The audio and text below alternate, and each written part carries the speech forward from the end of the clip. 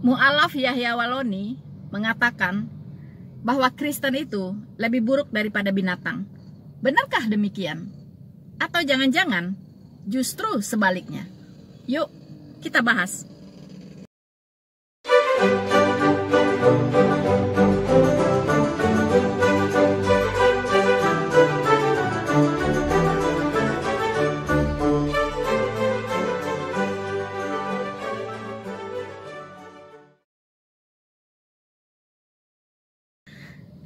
Halo teman-temanku semuanya, dimanapun Anda berada, bertemu lagi dengan saya Rina Solihin dalam channel Rina Menjawab. Teman-teman, saya berharap ya kita semua berada dalam kondisi yang sehat, teman-teman, dan kita bersyukur kepada Tuhan Yesus karena masih memberi kita kesehatan yang baik sampai hari ini di tengah-tengah serangan dari COVID-19, teman-teman. Ya, kita hanya berharap kepada Tuhan, ya, semua orang bisa dijangkiti oleh virus ini, tetapi pastikan walaupun kita toh juga kena diserang oleh COVID-19, ya kita berharap kepada Tuhan bisa sembuh kembali, ya. Dan kalaupun memang kita dipanggil, dan itu bagi kita juga sebuah keberuntungan, ya, karena sudah ada kepastian masuk surga, karena Tuhan sudah menjamin kita untuk bersama-sama dengan Dia di surga. Jadi kematian hanyalah pintu menuju kehidupan yang kekal, yang abadi, yang begitu indah bersama-sama dengan Tuhan kita di sorga, yang begitu indahnya, teman-teman. Teman-temanku semuanya, kali ini saya ingin menanggapi ya sebuah ceramah yang saya pikir ini wajib saya counter, teman-teman, ya. Karena namanya Yahya Waloni ini semakin berani, teman-teman, ya, untuk menyebar-nyebar dusta di luar sana, begitu kan? Nah, dia berceramah, judul dari YouTube-nya itu, ya, kafir, katanya, kata si Yahya Waloni, kafir itu adalah binatang dan makhluk yang paling buruk di sisi Allah, ya. Jadi orang kafir itu adalah binatang, sama dengan binatang dan makhluk yang paling buruk di sisi Allah, katanya, teman-teman, ya. Sebenarnya saya males ya menanggapi celoteh-celoteh dia, ya, yang saya bilang najis gitu, ya, teman-teman, ya. Tapi bagaimana supaya lagi-lagi supaya orang yang mendengarkan dia itu tidak tersesat, ya kan? Nah, teman-teman, Yahya Waloni ini mengutip, ya, ayat dari kitabnya sendiri, ya, yang mengatakan bahwa kafir itu seperti binatang dan paling buruk di sisi Allah. Nah, dalam kesempatan ini saya akan adu argumen dengan dia, ya. Apa kata Alkitab tentang si Yahya Waloni ini, ya? Nah, nanti kita lihat, teman-teman. Pastikan Anda mengikuti video saya ini dari awal sampai akhir, karena banyak hal yang sangat-sangat luar biasa untuk kita ketahui akan saya bagikan kali ini, teman-teman. Ya, teman-teman, sebenarnya saya nggak peduli gitu, ya, nggak peduli apa kata kitabnya si Yahya Waloni, ya. Karena apa? Karena ratusan tahun sebelumnya, ya, itu Alkitab sudah dipatenkan, teman-teman, ya, sudah dipatenkan. Kandungan dari Alkitab, yaitu firman Tuhan yang tertulis di Alkitab, itu sudah tidak bisa lagi diganggu gugat, teman-teman, ya. Jadi klaim dari kitab si Yahya Waloni harus gugur demi kebenaran. Kenapa? Karena Alkitab, Taurat, ya, Mazmur, dan kitab para nabi dan Injil itu sudah sepakat, ya, itu sudah dipatenkan, ya, bahwa kandungan firman Tuhan yang ada di dalamnya ya dan amin, tidak lagi bisa dirubah-rubah, tidak bisa lagi dibilang direvisi, no, ya, tidak bisa. Itu sudah di lockdown, itu sudah dipatenkan, ya, tidak bisa lagi diganggu gugat. Nah, jadi saya tidak peduli, ya, apapun kata kitabnya si Yahya Waloni gitu. Ya, karena apa? Karena saya memahami kalau kitabnya tidak mengatakan yang buruk tentang keyakinan orang-orang sebelumnya atau firman yang ada sebelumnya di Alkitab, agama dia tidak bisa eksis. Ya, kalau dia tidak menyangkali Yesus adalah Tuhan, Tuhan dia tidak bisa eksis. Ya kan? Jadi dengan menyangkali bahwa Yesus adalah Tuhan, maka mudah-mudahan Tuhannya baru bisa diakui, begitu. Ya, baru bisa dianggap eksis, teman-teman. Itu persoalannya. Jadi memang begitulah isi kitabnya gitu. Supaya bisa eksis. Begitu kan? Supaya bisa eksis gitu. Jadi kalau tidak Alkitab ini ditentang habis-habisan, maka kitab yang setelahnya ini yang datang belakangan 600-an tahun ini nggak akan eksis. Ya kan? Nggak bisa eksis, teman-teman. Ya, jadi dengan cara menyangkali Tuhan yang sebelumnya, mereka berharap Tuhan mereka bisa eksis. Itu sebenarnya, teman-teman.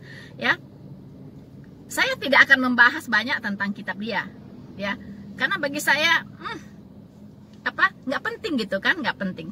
Tapi saya hanya ingin kasih tahu si Yahya Waloni bahwa kita orang-orang yang percaya kepada Tuhan Yesus di mata Tuhan itu sangat berharga. Ya, sangat berharga. Bahkan kita anak-anak Tuhan disebut dengan anak-anak Allah. Ya, kalau kita yang percaya kepada Tuhan Yesus disebut anak-anak Allah, lalu mereka, si Yahya Waloni ini anak siapa, teman-teman? Mungkin teman-teman sudah bisa menjawab. Ya, Allah versus apa? Ya kan? Jadi kalau kita adalah anak-anak Allah, maka si Yahya Waloni anak-anak iblis. Karena nggak ada alternatif lain. Ya, hanya dua kutub, kutubnya Allah dan kutubnya iblis. Nggak ada yang di tengah-tengah. Ya, kalau tidak ada di kutubnya Allah, ya beradanya di kutubnya iblis. Begitu kan? Nah, tidak ada pilihan lain. Begitu. Nah, kita boleh lihat apa yang dikatakan firman Tuhan di Yohanes 1 ayat 12. Tetapi semua orang yang menerimanya diberinya kuasa supaya menjadi anak-anak Allah, yaitu mereka yang percaya dalam namanya. Ya. Jadi semua orang yang percaya dalam nama Yesus Kristus itu adalah anak-anak Allah. Diberi kuasa sebagai anak-anak Allah. Melebihi semuanya, teman-teman, ya. Apalagi yang lebih hebat, yang lebih menyenangkan, ya, yang lebih membahagiakan selain kita disebut sebagai anak-anak Allah. Lalu si Yahya Waloni ini apa sebutannya? Hah? Saya tidak tahu. Dia itu apa gitu, anak apa begitu ya. Kalau kita anak-anak Allah, lalu dia anak apa gitu. Ya. Jangan-jangan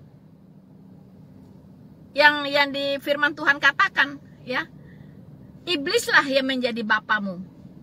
Ya, karena dia adalah pendusta sejak semula. Ya kan? Nah, kalau dia berkata-kata, itu dusta semua, begitu, dusta semua. Ya, dan dia adalah pembunuh manusia dari semula. Ya. Nah, itu sangat kontradiktif, ya. Nah, kalau Bapa kita, Tuhan kita, ya, itu sangat membenci itu semua, begitu ya. Dia membenci dusta, dia membenci yang namanya pembunuhan, begitu kan? Tidak ada perintah suruh bunuh orang, ya, dari Bapa kita yang di sorga, tidak ada, ya. Kalau bapaknya Yahya Waloni, ya kita sudah sama tahu ya. Untung aja dimasukkan ke penjara tuh komandannya, ya kan? Yang suruh bunuh kafir, suruh bunuh semua pendeta, ya. Tuhan kita, Bapa kita geraknya lebih cepat daripada bapaknya Yahya Waloni. Kalau di dalam Al-Quran kan disebut inna syarrad dawabi innallahi lazina kafaru fahum la yu'minun. Sesungguhnya binatang makhluk paling buruk di sisi Allah adalah orang-orang kafir. Berarti saya dulu binatang, masuk Islam jadi manusia.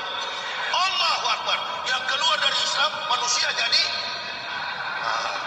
itu fakta sesuai dengan penjelasan Al-Quran. teman-teman. Ya, jadi seburuk-buruk manusia, seburuk-buruk binatang itu adalah kafir. Ya, ini kata kitabnya si Yahya Waloni, teman-teman. Ya, itu kata kitabnya si Yahya Waloni. Teman-teman, si Yahya Waloni ini mengatakan dia dari kafir ya menjadi muslim, ya kan?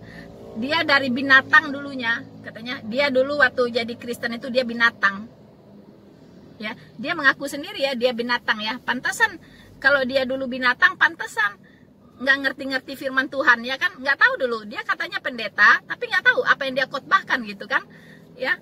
Nah, dia mengaku sendiri bahwa dia tuh dulu binatang ya. Jadi Kristen binatang lah gitu kan? Kristen tapi binatang begitu kan? Nah, beda dengan kita ya teman-teman ya. Jadi dia mengaku sendiri dia dulu binatang begitu ya. Dulu dia kafir ya kan. Nah, jadi apa yang dia katakan dia mempendetakan pendeta lah dan sebagainya bullshit ya kan. Karena tidak ada sedikit pun pengetahuan yang benar ya yang kita lihat dari apa yang dia katakan gitu ya. Nah, jadi dia dulu binatang menjadi manusia begitu ya. Dulu dia binatang menjadi manusia. Kemudian dia tampil sebagai guru palsu, teman-teman ya. Nah, ini sudah dinubuatkan ya di Yudas 1, ayat 3. Ya kan? Ayat 3 sampai ya saya bacakan sampai 4 lah, teman-teman ya. Nah, saudara-saudaraku yang kekasih, sementara aku bersungguh-sungguh berusaha menulis kepada kamu tentang keselamatan kita bersama, aku merasa terdorong untuk menulis ini kepada kamu dan menasihati kamu, supaya kamu tetap berjuang untuk mempertahankan iman yang telah disampaikan kepada orang-orang kudus. Sebab ternyata ada orang tertentu yang telah masuk menyelusup ya di tengah-tengah kamu, yaitu orang-orang yang telah lama ditentukan untuk dihukum. Ya, orang yang telah lama ditentukan untuk dihukum. Mereka adalah orang-orang fasik yang menyalahgunakan kasih karunia Allah kita untuk melampiaskan hawa nafsu mereka dan yang menyangkal satu-satunya penguasa dan Tuhan kita, Yesus Kristus. Ya. Jadi guru-guru palsu itu pasti salah satu cirinya adalah menyangkali ketuhanan Yesus Kristus. Ya, guru palsu ini bisa dia dari luar Kristen, bisa dari dalam Kristen sendiri, begitu. Ya, katanya dia Kristen, tapi dia menyangkali ketuhanan Yesus. Ya, katanya dia Kristen, tapi dia tidak mengakui Allah Tritunggal. Ya, katanya dia Kristen, Yesus itu katanya bukan Tuhan. Ya, misalnya saksi Jehovah menyebut dirinya Kristen, dia tidak tahu apa arti Kristen. Kristen itu artinya adalah pengikut Kristus. Ya, jadi kalau Anda bukan pengikut Kristus, jangan coba-coba menyebut diri Anda Kristen. Ya, itu salah besar.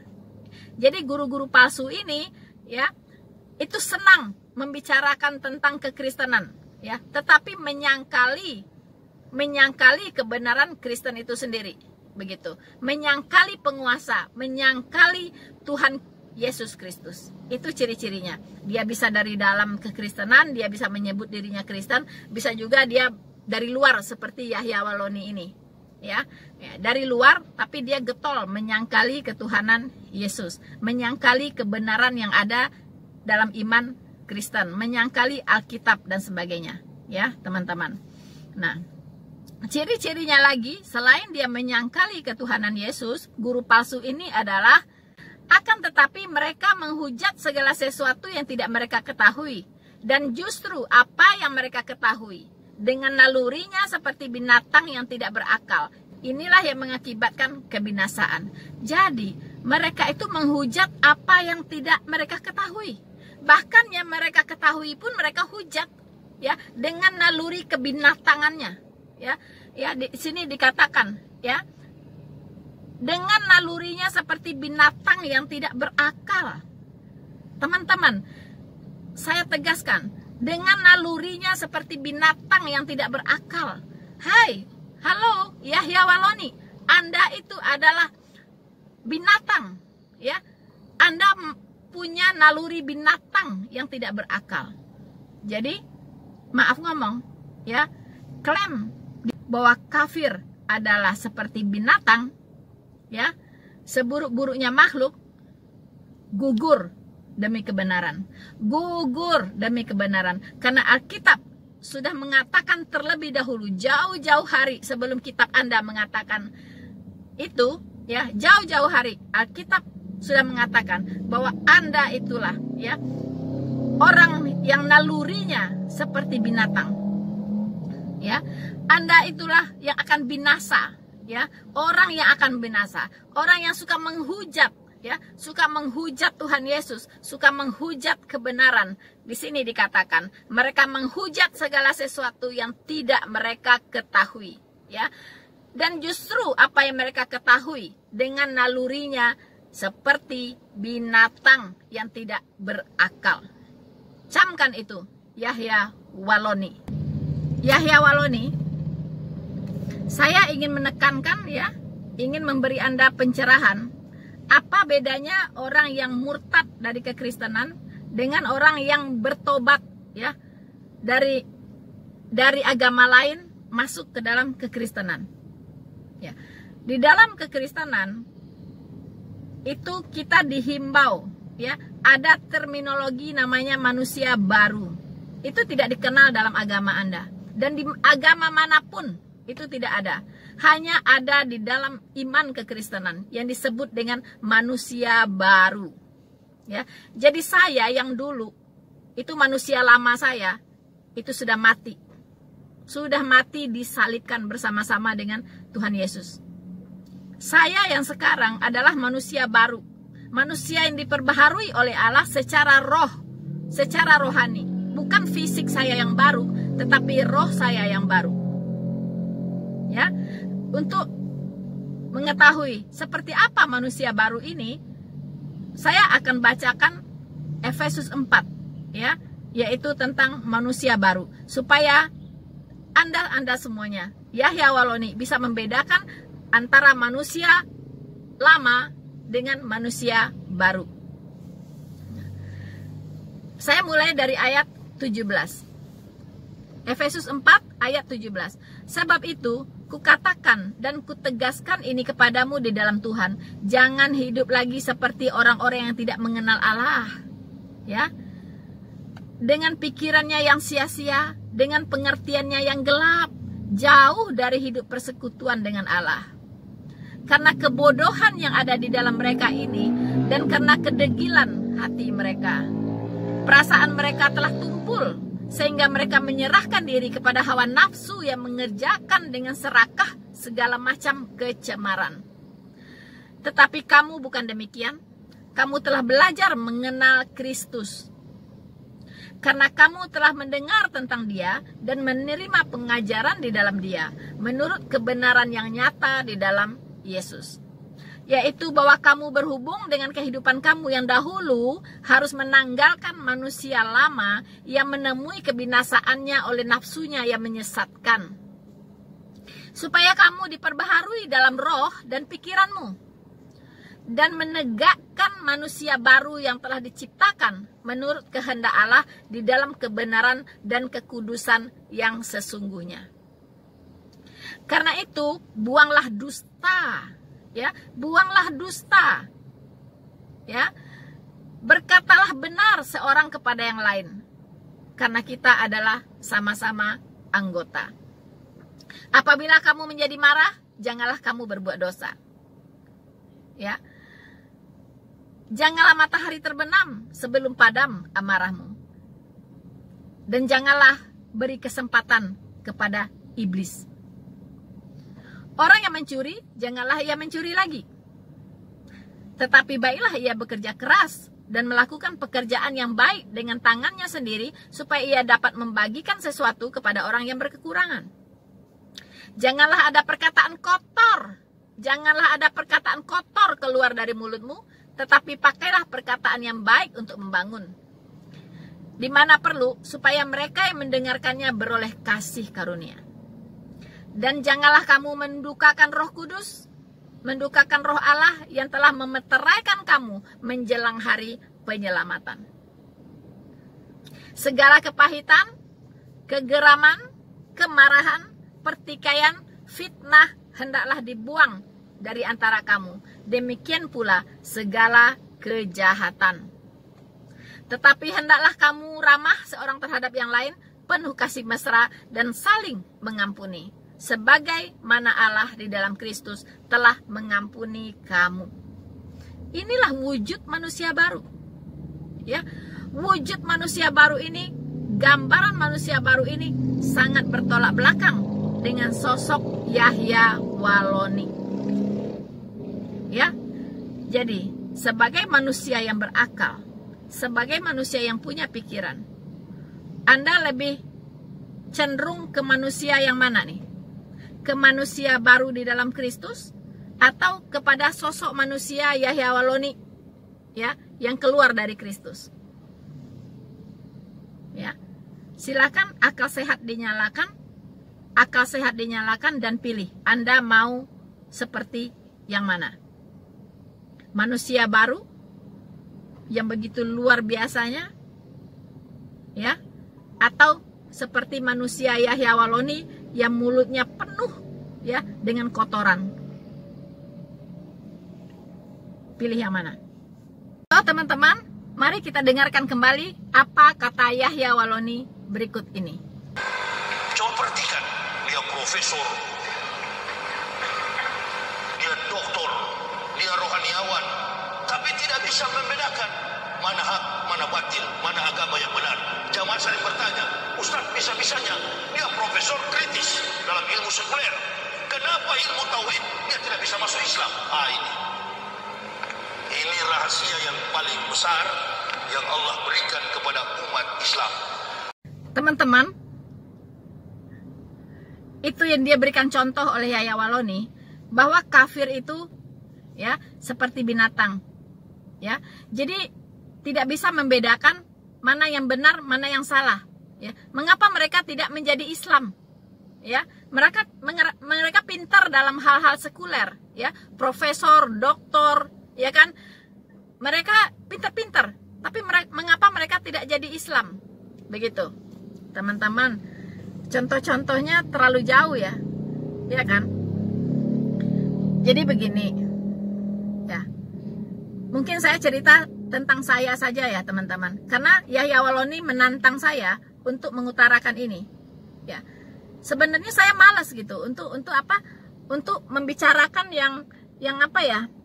Yang bisa nggak enak didengar gitu, ya. Tapi karena dia menantang saya, ya, untuk mengatakan yang sebenarnya, maka harus saya katakan, teman-teman, ya. Dia mengatakan kafir itu bodoh semuanya. Walaupun dia profesor, walaupun dia doktor, ya, tapi tidak bisa membedakan mana yang benar, mana yang batil, katanya, ya. Mengapa mereka tidak jadi Islam? Kalau mereka pintar, pasti mereka jadi Islam. Jadi saya katakan, justru saya menjadi Kristen justru karena saya berpikir begitu, ya. Saya, puji Tuhan, diberikan pikiran yang kritis, ya, diberikan cara berpikir yang kritis oleh Tuhan, sehingga banyak hal yang harus yang membuat saya harus berpikir lebih keras gitu, benar apa enggak, ya. Nggak usahlah jauh-jauh, saya kasih contoh yang simpel saja, ya, yang simpel saja, tentang naik haji, tentang ibadah haji ke Mekah. Itu yang pertama, ya, ibadah haji, ya. Apa yang dilakukan di situ? Itu semua di luar nalar saya, ya. Akal sehat saya tidak bisa menerima itu gitu, ya. Yaitu dengan menciumi batu. Terserah alasannya apa, mau batu turun dari sorga kek, ya kan? Tapi yang namanya mencium benda itu adalah memberhalakan benda itu. Mengusap-ngusap benda itu memberhalakan benda itu. Begitu, ya. Jadi saya sudah tidak perlu lagi berpikir yang lain-lain begitu, ya. Dengan menciumi batu aswad itu bagi saya adalah penyembahan berhala. Ya, penyembahan berhala. Terserah alasannya apa. Terserah apakah dulu Muhammad mencium itu. Ya, karena ketika ditanya sahabatnya pun tidak jawab. Mengapa Anda mencium itu? Jawabannya cuma karena Muhammad melakukan itu, mencium itu, makanya saya mencium itu. Begitu. Tidak ada alasan yang ilmiah begitu. Ya, tidak ada. Kenapa harus mencium batu itu? Apa tujuannya? Ada apa dengan batu itu? Begitu. Ada apa dengan batu itu? Ya, katanya batu itu turun dari sorga. Mana buktinya dia turun dari sorga? Siapa yang menyaksikan? Kapan itu turunnya? Siapa yang menemukan? Buktinya apa? Ya, nggak ada. Ya, jadi Anda jangan sembarangan bicara bahwa profesor, doktor, ya, itu semuanya bodoh, ya, karena mereka tidak bisa membedakan yang benar dengan yang salah, karena mereka tidak masuk Islam. Kalau tidak masuk Islam berarti bodoh. Sekarang saya katakan kepada Anda, jawab pertanyaan saya tadi. Anda ngapain cium batu di Ka'bah? Jelaskan, ya. Nah, tapi kalau saya masih berpikir 100 kali mau saya utarakan itu gitu, ya. Tapi kalau saya dipancing, memang saya ditantang untuk menjelaskan itu, saya jelaskan. Begitu kan? Nah, oke teman-teman, ya. Jadi nggak benar bahwa orang pinter, ya, orang yang apa? Orang yang berpikir pasti tidak mau cium batu, itu saja. Cukup.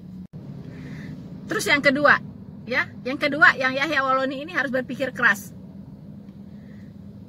Dengan konsep sorga dengan 72 bidadari.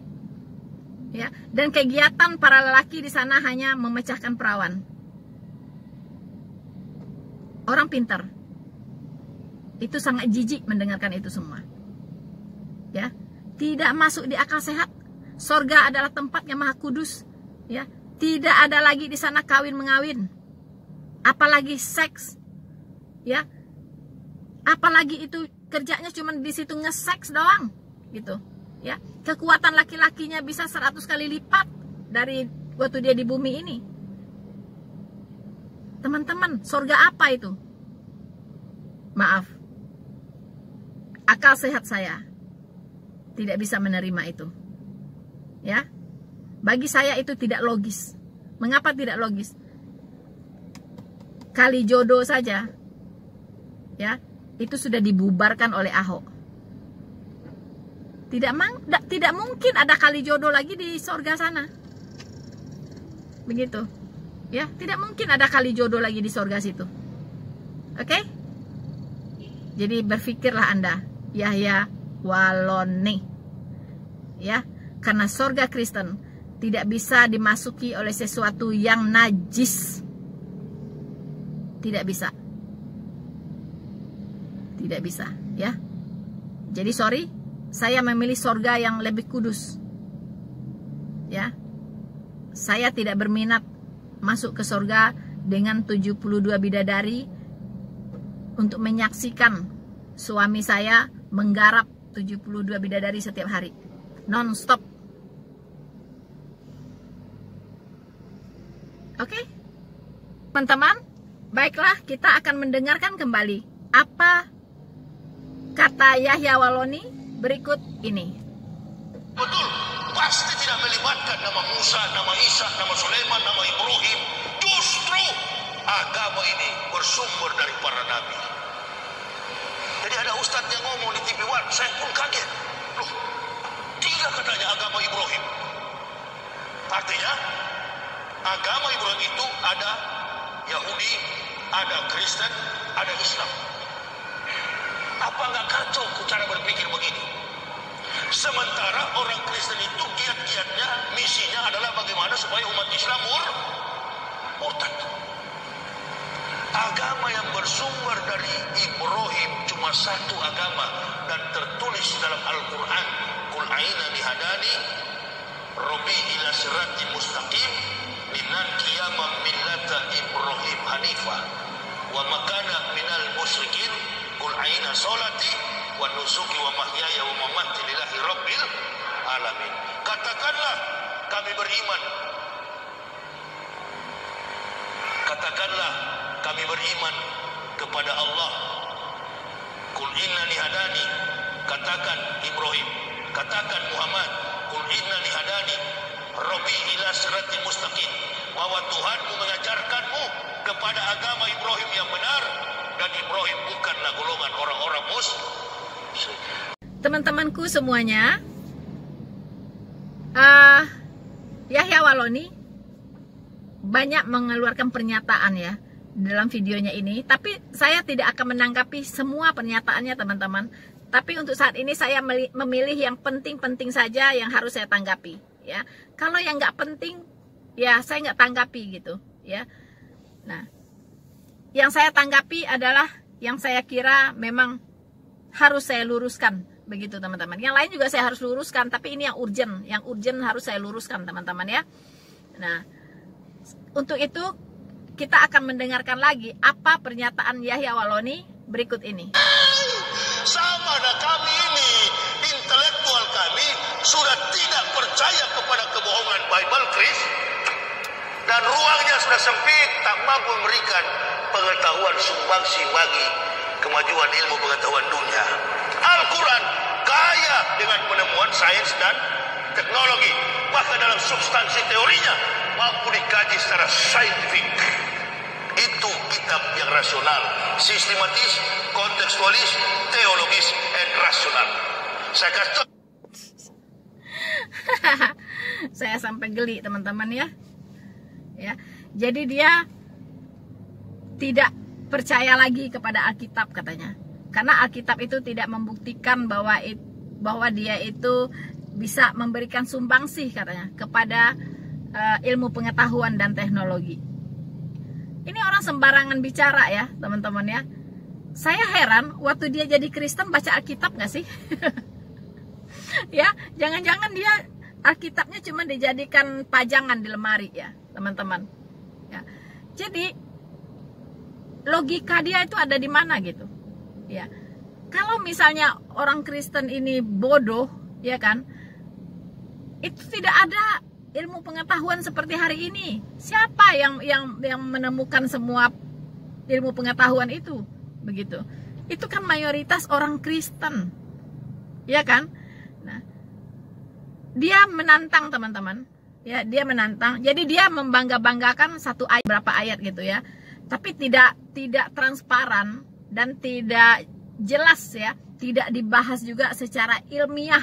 Jadi teman-teman, yang mendasari si Yahya Waloni mengatakan bahwa kitabnya itu adalah logis saintifis, ya kan, saintifik gitu ya, dan sangat banyak memberikan sumbangsih kepada ilmu pengetahuan teman-teman ya, jual kecap nomor 1 ya teman-teman ya. Nah, adapun dasar dia ya, dia mengutip di sini surat Al-Mu'minun teman-teman ya, ayat 12 ya sampai 14. Di situ dikatakan, dan sesungguhnya kami telah menciptakan manusia dari suatu saripati berasal dari tanah. Kemudian kami jadikan saripati itu air mani yang disimpan dalam tempat yang kukuh, dalam kurung rahim. Kemudian air mani itu kami jadikan segumpal darah, lalu segumpal darah itu kami jadikan segumpal daging, dan segumpal daging itu kami jadikan tulang belulang, lalu tulang-tulang itu kami bungkus dengan daging. Ya, kemudian kami jadikan dia manusia yang berbentuk lain, maka maha sucilah Allah yang pencipta yang baik. Teman-teman, ya. Kalau hanya ini yang dibanggakan, ini sebenarnya apa luar biasanya gitu, ya? Tidak terlihat saintifiknya di sini begitu, ya. Kalau yang namanya sains itu ada penjabarannya ya. Dan kalau saya lihat di tulisan-tulisan mereka tentang ayat ini, justru ilmu pengetahuan yang sudah diteliti itu memberi pembenaran kepada ayat ini. Bukan sebaliknya, begitu ya. Jadi lebih banyak bicara hasil penelitian manusia gitu, ya. Nah, seolah-olah ini sesuai dengan hasil penelitian itu. Begitu teman-teman. Kalau hanya untuk mengetahui manusia itu tercipta, ya, itu dari mani, ya, dari air mani dan ovum ya, dan sel telur bertemu. Itu semua orang juga tahu lah, ya, nggak usah jadi ilmuwan, itu udah tahu, ya. Kenapa? Karena nggak akan ada anak kalau air mani itu tidak disemprotkan ke sel telur. Nggak akan jadi anak, harus ada hubungan senggama dulu. Itu orang bodoh itu tahu gitu. Mana ada tanpa hubungan biologis, ya, ada terjadi bayi janin, dan nggak ada. Semua juga tahu. Kenapa kamu bisa hamil? Oh, karena saya ditidurin oleh suami saya, ya. Dia semprotkan mani ke mana, ke rahim saya dan sebagainya, ya. Semua orang tahu lah, ya. Kalau tanpa semprotkan nggak akan bisa hamil, ya. Jadi harus ada pertemuan antara mani dengan sel telur, ya. Itu udah tau lah, ya. Orang-orang biasa pun nggak usah ilmuwan juga tahu, ya. Kemudian dikatakan kami jadikan apa itu? Kemudian air mani itu kami jadikan segumpal darah. Air mani dijadikan segumpal darah. Ini harus diteliti lagi, teman-teman. Apakah darah itu memang berasal dari air mani atau ada proses dulu? Ya, harus diteliti lagi, gitu kan? Nah, kemudian kami jadikan segumpal daging, ya. Jadi dari segumpal darah jadi segumpal daging. Ya iyalah, semua orang juga tahu. Ya, mungkin dulu pernah keguguran baru hamil berapa minggu, keguguran yang keluar darah, ya. Kadang sudah agak kental-kental, ya tahulah. Pada awalnya darah dulu. Kalau nggak keguguran, ya lama-lama jadi anak, jadi ada dagingnya gitu, ya kan. Terus manusia itu, anak itu ada tulangnya, ya pasti dijadikan tulangnya juga gitu, ya kan. Tulangnya itu dibungkus pakai daging, ya iyalah, memang tulangnya di dalam, dagingnya di luar, dibungkus pakai daging. Itu apa luar biasanya gitu? Apa luar biasanya? Biasa aja gitu. Semua orang yang nggak sekolah pun tahu lah kalau tulang tuh dibungkus pakai daging, ya kan. Kalau mau jadi anak itu harus bersenggama dulu, harus ada mani dan sel telur ketemu. Semua orang juga tahu gitu, ya kan. Nah, apa yang istimewanya? Gak ada, ya. Nah, sekarang mari kita lihat. Saya ingin membuktikan, ya, bahwa begitu banyak ilmu sains yang sudah diberitahukan oleh Tuhan jauh sebelum orang menemukannya. Jauh dari zamannya firman itu diturunkan. Tapi kita akan lihat dulu, karena ini adalah tantangan dari Yahya Waloni. Hei kafir-kafir, tunjukkan sama saya di mana satu ayat yang mampu memberikan temuan ilmiah terkait perkembangan sains dan ilmu pengetahuan teknologi. Tolong, satu ayat saja. Kalau datang kecil-kecil di meja saya lihat. Karena ruang dari Bible Kristen itu ini kan semuanya omong kosong semua. Jadi teman-teman, dia menantang, ya. Tolong tunjukkan satu ayat saja, ya, yang sesuai dengan ilmu pengetahuan dari Alkitab. Ya. Katanya Alkitab itu omong kosong semua. Hei, Yahya Waloni, saya akan berikan Anda lebih dari satu ayat. Anda minta satu ayat, saya akan berikan kepada Anda beberapa ayat. Ya. Sebelum saya membahas itu, teman-teman dengarkan tantangan dari Yahya Waloni ini dan pegang ucapannya. Petunjuk jalan yang menyimpan fakta tentang ilmu pengetahuan. Kalau ada, saya akan kembali ke Kristen. Saya akan kembali. Saya sudah baca dari kitab Kejadian sampai kitab Wahyu. 39 perjanjian lama, 27 perjanjian baru. Sudah saya bolak-balik. Al-Quran pun sudah 8 tahun saya hatamkan. Baca. Jadi teman-teman, dia menantang, ya. Siapa yang bisa membuktikan? Dia minta cuma 1 ayat saja. Di dalam Alkitab ada ilmu pengetahuan, ya, ada sains. Untuk itu teman-teman, jangan beranjak dari tempat Anda, saksikan video ini sampai selesai, karena ini akan lebih seru. Jangan lupa teman-teman, dukungan Anda untuk like, subscribe, dan share video ini. Teman-teman, sebelumnya saya ingin sedikit membuka mindset kita semua dulu, ya, bahwa Alkitab itu sudah tidak terbantahkan, isinya adalah kebenaran Allah, karena diilhamkan oleh Allah yang maha benar. Artinya apa yang tertulis di dalam Alkitab tidak mungkin salah, pasti benar, ya. Nah, kalau misalnya ilmu pengetahuan, ya, yang diinformasikan di dalam Alkitab dipandang sebagai sesuatu yang salah, itu yang salah itu adalah ilmu pengetahuan manusianya, begitu, ya, ilmu pengetahuan manusianya. Contoh, teori Darwin, ya, itu mengatakan bahwa manusia itu berproses, berevolusi dari kera menjadi manusia, ya.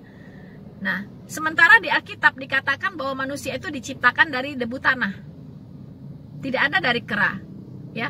Dan belum pernah ada penemuan manusia punya genetik kera, belum ada. Atau kera mempunyai genetik manusia, belum ada. Ya, artinya yang salah itu adalah teori Darwinnya, bukan Alkitabnya, begitu. Ya, bukan Alkitabnya.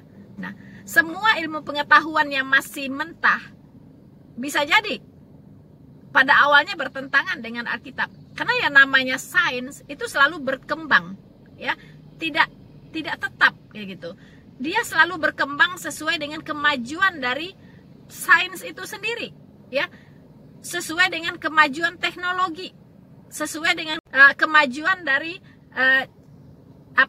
metode pengkajiannya, metode penelitiannya. Itu semua tergantung itu, ya. Jadi yang namanya sains itu bisa berkembang. Makanya teknologi itu selalu berkembang, teman-teman. Dan sains pun berkembang, ya. Nah, tapi informasi tentang sains di dalam Alkitab itu tidak bisa dibantah. Tadi si Yahya Waloni meminta 1 ayat, ya teman-teman, ya, 1 ayat saja katanya yang bisa membuktikan bahwa Alkitab itu sesuai dengan sains. Yahya Waloni, saya akan berikan kepada Anda beberapa ayat, ya, bukan 1 ayat. Ini bonus untuk Anda. Oke? Ya Waloni, bukti pertama untuk Anda yaitu Yesaya 40 ayat 22. Ya. Yesaya 40 ayat 22 itu sudah menginformasikan bahwa bumi ini bulat. Jauh sebelum Kopernikus, Galileo Galilei, ya, dan tokoh-tokoh lainnya menemukan, ya, hasil penelitian mereka bahwa bumi itu memang bulat. Ya. Yesaya 40 ayat 22 berbunyi, Dia yang bertahta di atas bulatan bumi. Ya, Dia yang bertahta di atas bulatan bumi. Jelas, ya, itu jauh sebelum para ilmuwan ini, ya, meneliti bahwa memang benar bumi itu adalah bulat. Ya. Anda harus paham bahwa Alkitab itu bukan buku sains. Ini harus harus dipahami dulu, ya. Tetapi ketika Alkitab menyinggung sains, pasti benar. Pasti benar, ya. Alkitab itu bukan buku sains, tapi adalah buku jalan keselamatan. Ya, adalah buku untuk pertumbuhan rohani, untuk supaya orang punya iman yang benar kepada Tuhan, sehingga mereka diselamatkan, bisa masuk surga Allah yang kekal itu. Jadi bukan buku sains, tetapi ketika Alkitab menyinggung sains, dan tidak ada yang salah, pasti benar. Ini Anda harus camkan baik-baik. Kemudian teman-teman, ya, Alkitab mengatakan di Kejadian 15 ayat 5 bahwa bintang itu tidak bisa dihitung. Tuhan berfirman membawa Abraham keluar dan Tuhan berkata kepada Abraham, coba lihat ke langit, hitunglah bintang-bintang jika engkau dapat menghitungnya. Nah, Tuhan kembali menegaskan hal ini kepada Yeremia dengan berkata, ya, dengan berkata, seperti tentara langit tidak terbilang dan seperti pasir laut tidak tertakar. Ya, itulah jumlah bintang itu tidak tertakar, tidak bisa dihitung, ya, tidak bisa dihitung. Nah, tetapi teman-teman, ya, pada abad kedua Masehi muncul ilmuwan, ya, namanya Ptolemy, ya. Ptolemy ini seorang astronom kuno, ya, astronom kuno pernah menyatakan telah menghitung semua jumlah bintang di angkasa. Bayangkan, ya, dia menghitung, katanya saya sudah menghitung jumlah bintang di angkasa. Jumlahnya 10.056 bintang. Bayangkan, ya. Dia mengatakan jumlah bintang itu 10.056 bintang. Ya. Nah, ilmuwan ini pada zaman itu mempersalahkan Alkitab, teman-teman. Ya, Alkitab mengatakan tuh bintang tidak bisa dihitung, tapi saya bisa menghitung tuh. Jumlahnya 10.056 bintang. Nah, teman-teman, tetapi sebagaimana dalam semua kasus lain, ya, ketika pengetahuan manusia semakin bertambah, justru Alkitab semakin nyata kebenarannya, teman-teman. Ya, dan sains-sains yang salah yang harus dikoreksi. Ya, setelah penemuan teleskop-teleskop canggih, ya, itu bisa meneropong segala sesuatu yang ada di luar angkasa dengan jelas, teman-teman. Dan mereka melihat benar bahwa bintang itu begitu banyak sekali, tidak bisa dihitung. Ya, mungkin siapa namanya Ptolemy ini, dia cuman menghitung jumlah bintang yang mengelap-ngelip itu, ya, mengkelap-kelip, mungkin yang besar-besar saja. Kalau besar, kecil, itu bukan dari ukuran bintangnya, tapi dari jaraknya ke bumi, ya. Ada jaraknya lebih jauh, ada jaraknya lebih dekat. Kalau yang lebih dekat tentunya yang besar-besar bintangnya bisa dilihat. Nah, itu yang dia hitung. Tapi yang tidak terlihat, yang ada jauh, itu dia nggak bisa lihat. Karena waktu itu belum ada teleskop, teman-teman. Ya, nah, setelah penemuan teleskop, semakin nyata bintang itu begitu banyaknya, teman-teman, ya, dan tidak bisa dihitung. Bermiliaran, triliunan banyaknya, tidak ada yang bisa menghitung, teman-teman. Akhirnya gugurlah teori si astronom kuno ini, teman-teman, ya. Nah, begitu. Jadi jumlah bintang-bintang itu tidak bisa dihitung. Tetapi Tuhan tahu nama setiap dari bintang. Teman-teman, bukan hanya jumlah bintang yang tidak bisa dihitung yang diinformasikan oleh Tuhan, bahkan bahwa satu bintang berbeda dengan bintang-bintang yang lainnya. Jadi sangat bervariasi bintang-bintang itu, ya. Satu bintang berbeda dengan bintang-bintang yang lainnya. Seperti manusia, teman-teman, ya. Satu manusia pasti berbeda dengan manusia lainnya. Tidak ada yang sama, ya. Walaupun kembar identik, tidak sama, pasti ada bedanya. Ya, begitupun dengan rupanya dengan bintang-bintang ini, teman-teman. Demikian juga dengan bintang-bintang ini. Satu bintang dengan bintang-bintang yang lainnya tidak sama, ya. Kita bisa baca di 1 Korintus 15 ayat 41. Kemuliaan matahari lain daripada kemuliaan bulan, dan kemuliaan bulan lain daripada kemuliaan bintang-bintang, dan kemuliaan bintang yang satu berbeda dengan kemuliaan bintang yang lainnya. Tuh, teman-teman, ya. Jadi antara bintang itu berbeda kemuliaannya. Nah, dilihat secara kasat mata, bintang-bintang di langit malam tampak mirip satu dengan yang lain, ya. Jadi kalau malam-malam kelihatannya mirip bintang-bintang itu antara satu dengan yang lain. Kalaupun ada yang lebih terang dan ada yang lebih redup, bisa diduga karena jaraknya berlainan, teman-teman, ya. Tetapi ilmu pengetahuan modern melalui analisis spektroskopi, ya, atas cahaya masing-masing bintang telah menemukan, ya, bahwa memang ada variasi yang cukup besar antara satu bintang dengan bintang yang lainnya, ya. Jadi ilmu pengetahuan kembali membuktikan kebenaran yang disampaikan oleh Alkitab tentang sains, bahwa benar, ya, bahwa benar ya pengetahuan modern, ya melalui analisis spektroskopi namanya, spektroskopi, ya menyatakan bahwa memang benar, ya antara satu bintang dengan bintang yang lain itu berbeda. Ayo, Yahya Waloni, ya sudah 2 ya. Pertama tadi bumi itu bulat, itu Alkitab yang informasikan. Yang kedua, jumlah bintang tidak bisa dihitung, itu sudah dibuktikan, ya kan, dengan penemuan teleskop-teleskop yang canggih. Kemudian bintang satu dengan bintang yang lainnya itu tidak sama. Ini sudah dibuktikan dengan pengetahuan modern melalui analisis spektroskopi. Yahya Waloni, Anda tadi minta satu doang ya. Nah, oke. Saya mau kasih Anda lagi yang lain. Bidang biologi sekarang. Tadi di bidang astronomi ya. Sekarang di bidang biologi. Dulu ya. Terjadi banyak di Eropa itu kematian ibu melahirkan. Ya, kematian ibu melahirkan. Ternyata setelah diselidiki, ternyata dokter-dokter yang menangani orang yang melahirkan itu tidak cuci tangan dulu. Kenapa ada hubungannya ke sana? Karena pagi-pagi mereka belajar anatomi ya, megang mayat-mayat gitu kan. Megang mayat-mayat. Menjelang siang mereka membantu orang melahirkan gitu. Jadi tangannya tidak dicuci dulu. Nah, ini yang menyebabkan ibu-ibu yang melahirkan itu banyak yang mati pada zaman itu.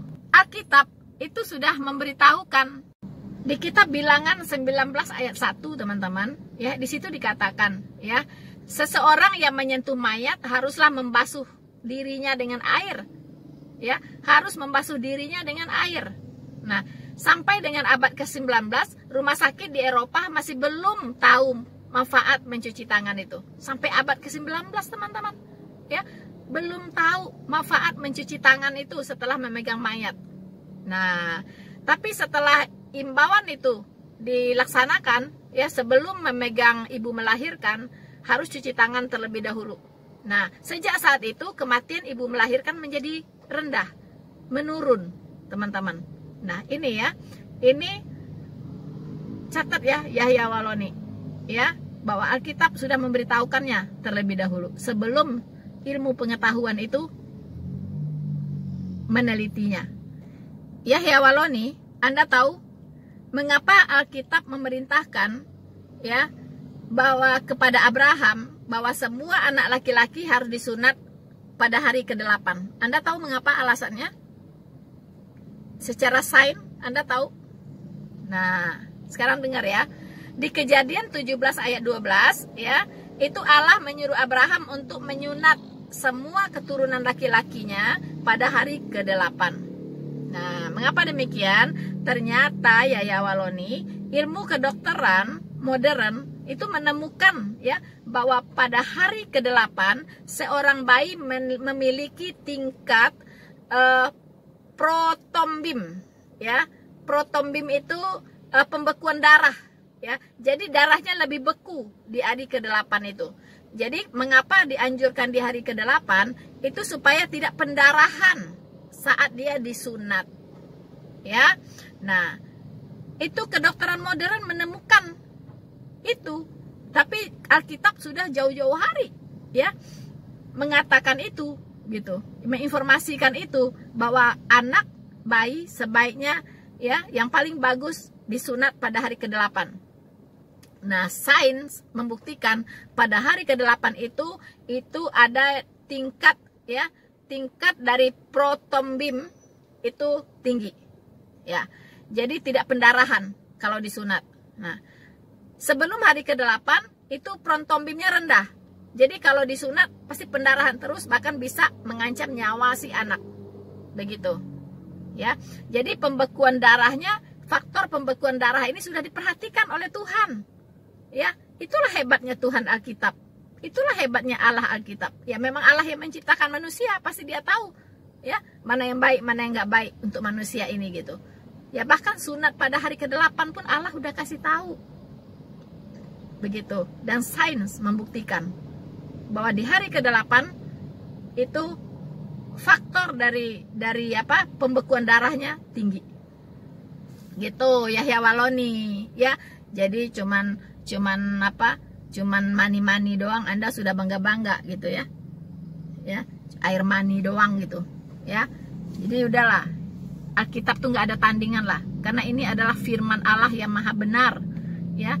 Jadi Anda membaca Kejadian sampai Wahyu tidak menemukan ini, Anda ngapain aja selama jadi Kristen? Apa yang Anda baca?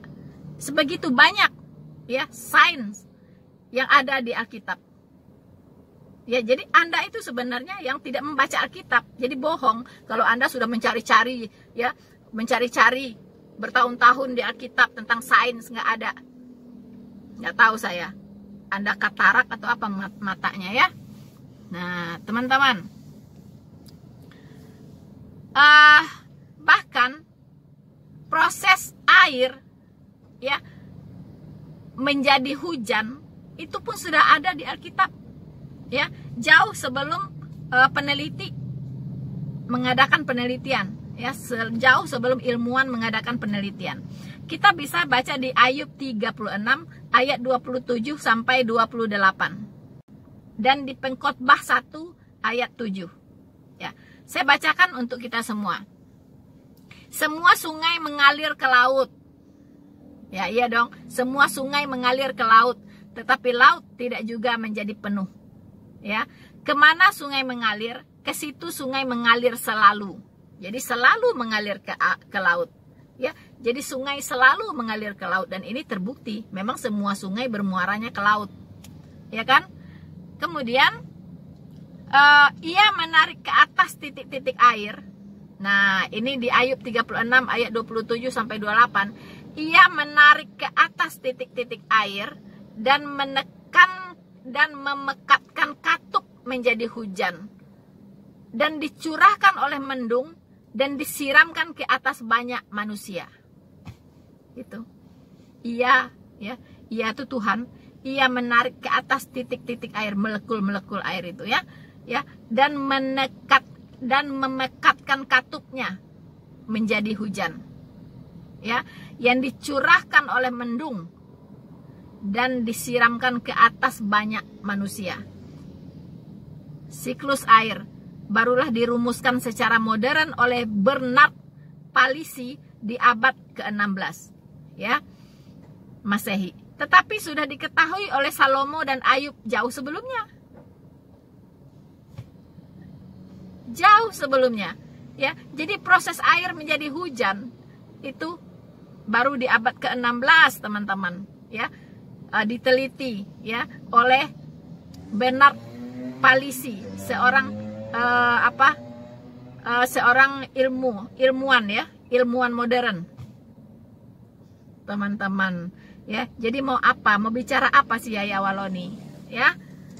Yahya Waloni ya, saya pikir Anda tadi mengatakan kalau Anda akan balik jadi Kristen.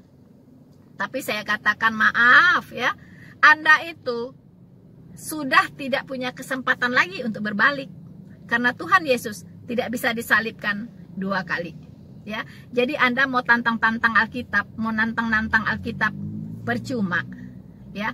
Hanya Anda mempertontonkan kebodohan Anda di depan semua orang. Ini disaksikan di seluruh dunia loh, Yahya Waloni ya. Jadi kalau Anda bicara, mendingan Anda berpikir dulu ya.